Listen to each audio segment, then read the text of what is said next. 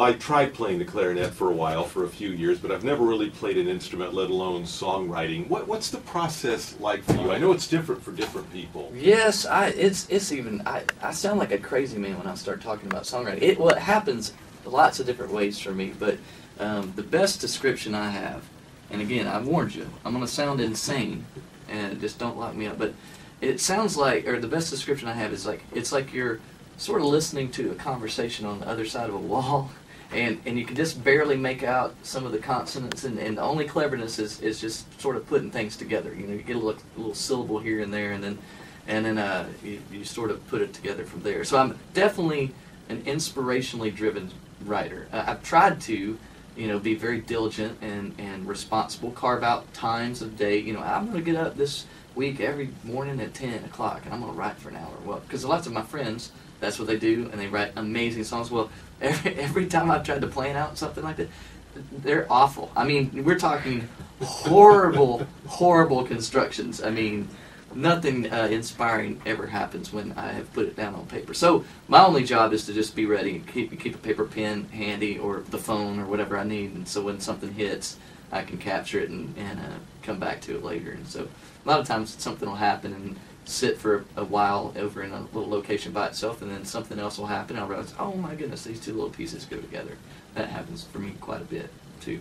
So you don't necessarily pick a topic and go, okay, I'm going to write something on this topic, or I've got a melody in my head, I'm going to try to come up with some lyrics for this melody. Well, now lots of times I'll have ideas sitting in one place, melodies sitting in others, and then again you'll realize, oh my goodness, these two pieces go together. It's very puzzle-like. I don't know if you're into putting puzzles together, but that's what songwriting for me feels like a lot of the time. Well, it's an amazing thing to me, because I've been in the business for 30 years, and before that, you know, I was listening to music all the time, and I'll get another good song in and think, how many melodies can there be left? Totally. We've only got 12 notes to be working with, right? Amazing. Right? Something like that. And you know, we hear all the time as a radio station from listeners on how the station has ministered to them in some way. I'm sure you hear that all the time with your songs. How does God minister to you in the process of making music? Well, a lot of the time, I feel like my job again is outside of the writing process itself, because I feel like I don't have any control over that. So I'm really proactive in reading a lot. I totally read a lot, not just scripture, but a lot of commentary, a lot of just old. I'm really into dead people. Me too. They've written some great stuff, and so I feel like when you've got access to a lot of history of the church, a lot of theology in the church that it's been, you know, with us for centuries, I'm very diligent in digging into that, so that when a moment hits, there's a place to write from, there's language to use. So that I feel like a lot of that is how I've applied myself as a writer, trying to get better at what I do. And then again, it's the people that I surround myself with. You know, a lot of times the spark comes by conversation, by things that we're talking about in our church community.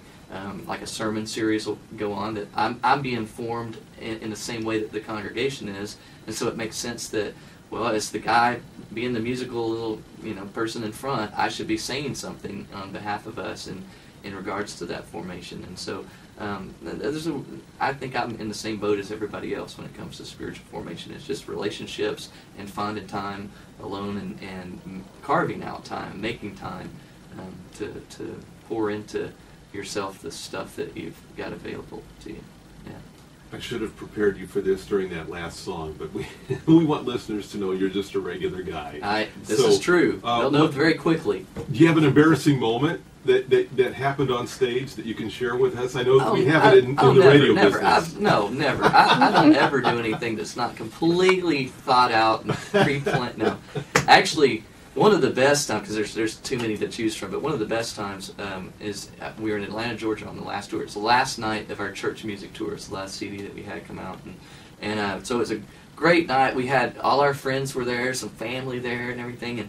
And so I got a little excited, you know. So it was right in the middle of a pretty upbeat song, and I'm excited. And so I have made my way to the drum riser. I'm on the drum riser. You know, we're talking maybe, I don't know, 4 or 5 feet that I've managed to jump up on top of. And my plan is this: I'm going to jump backwards and then go back to the microphone, because I'm supposed to be singing here in just a bit.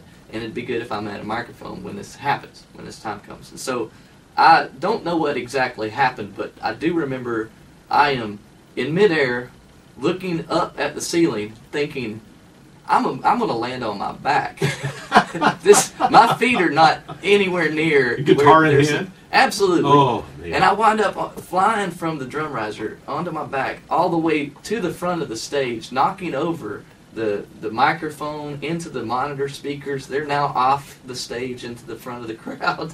It was historic. And this was captured on video, and shortly thereafter, one of our lovely fans had posted it on YouTube. So we can find that on YouTube. I'm certain if you were a diligent seeker on the YouTube, you could track this down. I'll work on that tonight. It's pretty fantastic, yes. And in my, when you're in that moment of that, physical pain is imminent, it's like things slow down. It's like time just crawls. And I remember looking sideways to my guitar player stage right, and I look at him, and I'm like, at the face I'm giving him, it's like, this is not going to be good. I look now to the other side of the stage, and this is all as clear as can be, and I shake my head like, oh, this is awful.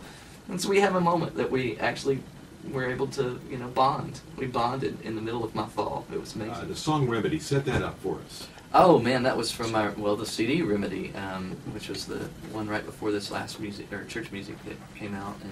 And what we were going through it as a church. If you'll rewind a couple of years here, our ideas of social consciousness in America have changed dramatically in the last 5 years. I mean, when you have very large corporate entities posturing generosity to third world countries to try to get you to subscribe to their phone service, or just the Red campaign. It's just incredible. We're in an incredible moment when you have corporate entities exhibiting traits that are actually missional and look like what the church has been about for centuries. What do we do with what we've been given? How do we find our way in responsible action toward the poor? That asking big, difficult questions. And so I thought, wow, this is a historic time where the public's consciousness and the church's mission are in line with each other. And so the song Remedy really is just coming out of that, our conversations and thoughts around that faith should make a difference, a physical difference to the people we live life with and among. And if it doesn't, then there's probably something missing. If it's just this ethereal concept that never takes on hands and feet, to use a phrase that's often heard and said in our church culture settings, then I think there's something missing. And so Remedy is just asking questions like, how can we, what do we do with what we have in our hands? And that I think is an important thing to grapple with. Here's David Crowder Band with Remedy on WBCL.